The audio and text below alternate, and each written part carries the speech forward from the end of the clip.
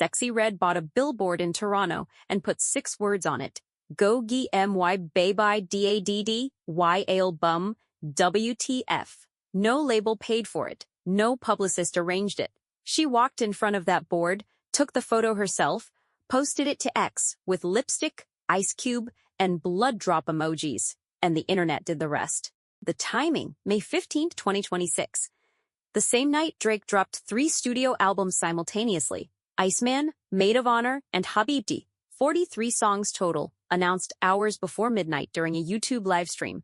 Streaming platforms slowed down, some crashed. Fans who had been waiting on 1 album woke up to 3. Sexyy Red appears on 2 of those 3 albums. The Billboard promoted Iceman. She's not on Iceman. She bought a billboard in someone else's city for an album she's not even featured on. That one detail is why this story traveled further than a standard album promotion post. Drake's 9th, 10th, and 11th studio albums dropped simultaneously at midnight on May 15th.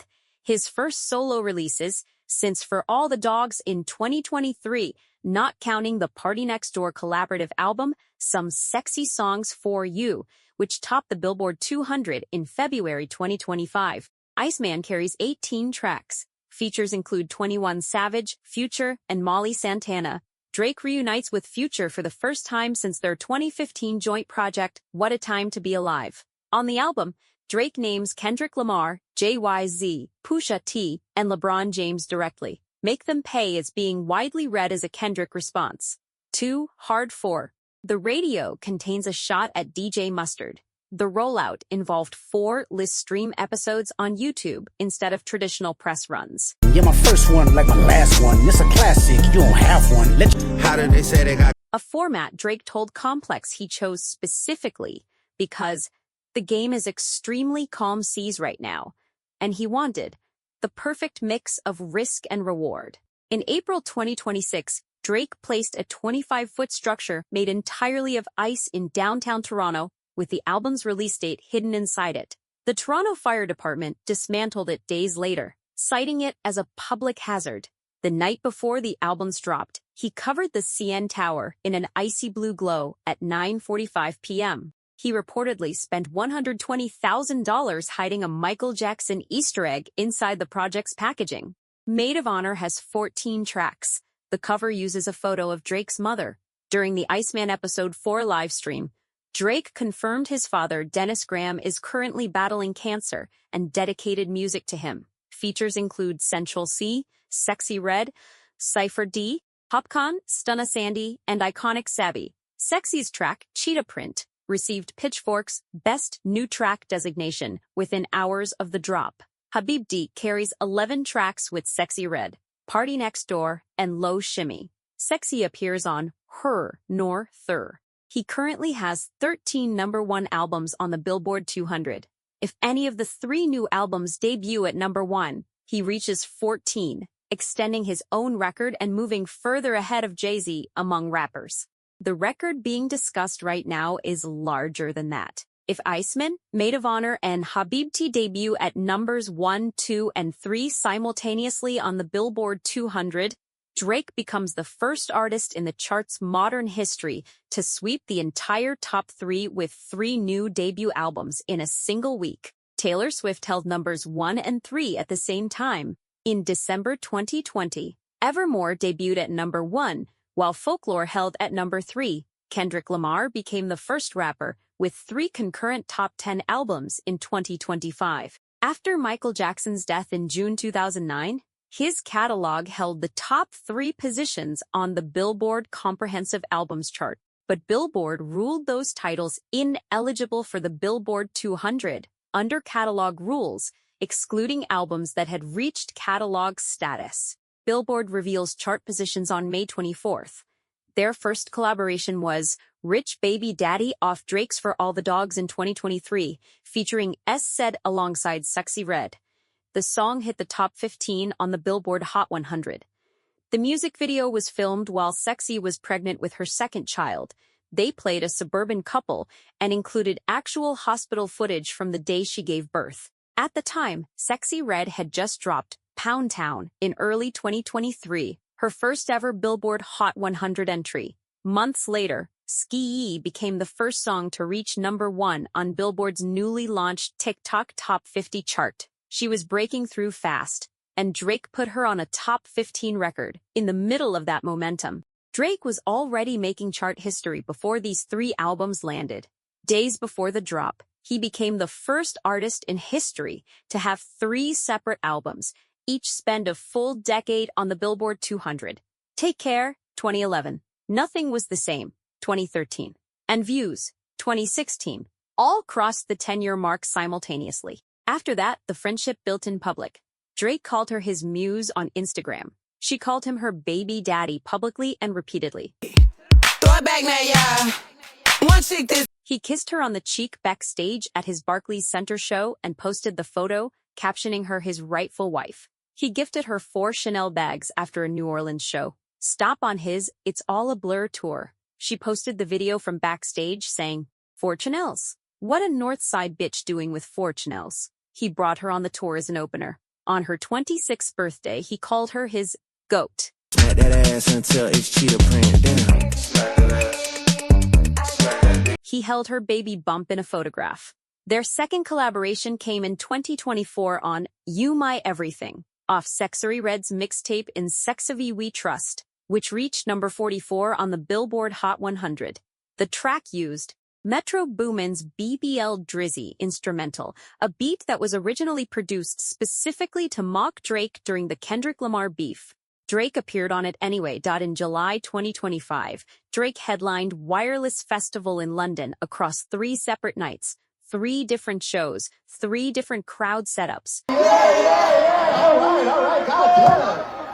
Sexyy Red performed at his second night. After the show, videos circulated of Drake taking shots with Sexyy and her friends at 9 a.m. She posted on X. Always a gentleman to me and my friends. My rich BD. Around the same time, she publicly stated she would never switch up on Drake. That statement landed in a specific context. By July 2025, Drake had already lost a high-profile lawsuit against Universal Music Group. The court dismissed his claim that UMG had improperly promoted Kendrick's diss music, lost a rap battle that he provoked, and sued in a misguided attempt to salve his wounds. 2 class action lawsuits connected to online gambling, one carrying federal racketeering claims, were working through the courts. A third alleged billions of fake bot streams had benefited Drake on Spotify. $AP Rocky released Don't Be Dumb in January 2026, a diss track appearing to respond to family matters from the Drake-Kendrick war.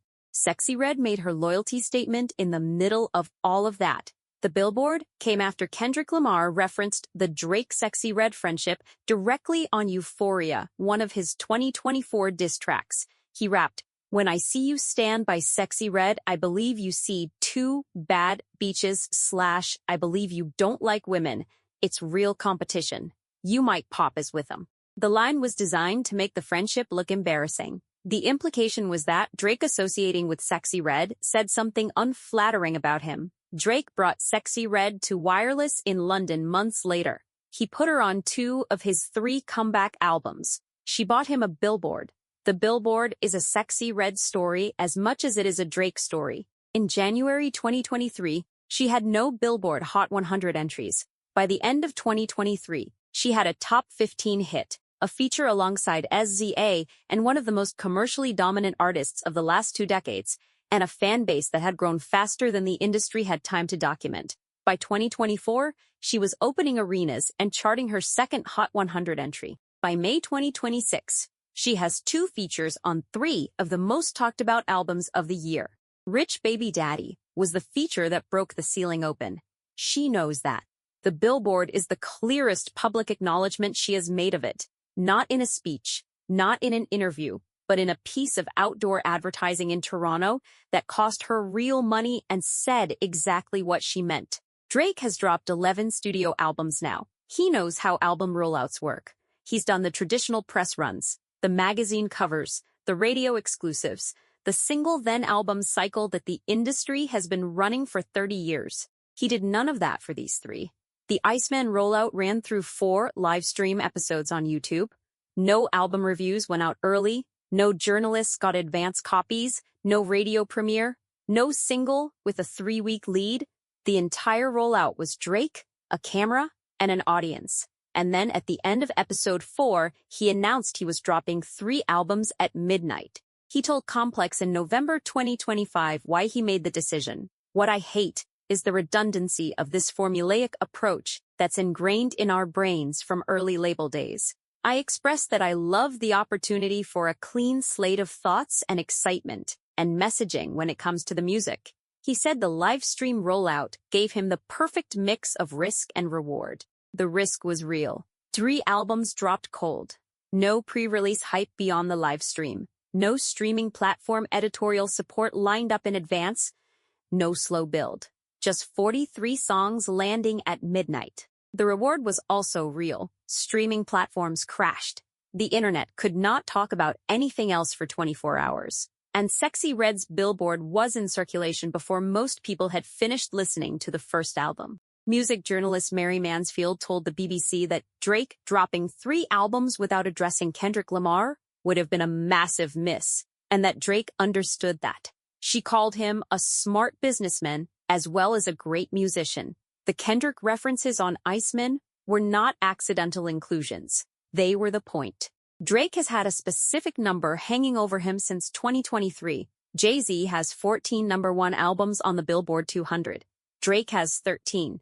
Among rappers, that gap has been the conversation. Who ends up with the most chart toppers? If any one of the 3 new albums hits #1, Drake ties Jay-Z. If 2 hit #1, which does not happen simultaneously but across charting periods, he leads outright. Beyond that number, his For All the Dogs in October 2023 opened with 402,000 equivalent album units in the United States in its first week, according to Luminate data.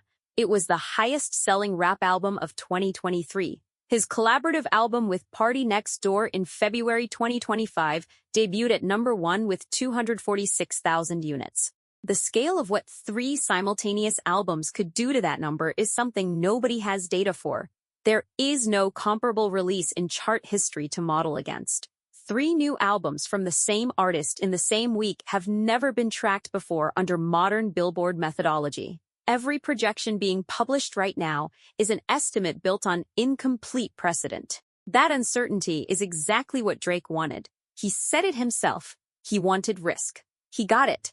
There is a specific version of the story where Drake and Sexyy Red's friendship quietly disappears after the Kendrick beef. That version makes logical sense. Drake's public standing took real damage. Industry alignment shifted. People who had been visible Drake supporters became noticeably quieter. Sexyy Red went the other direction. She performed at his London festival run while the lawsuits were still active. She took shots with him at 9 a.m. She stated publicly she would never switch up.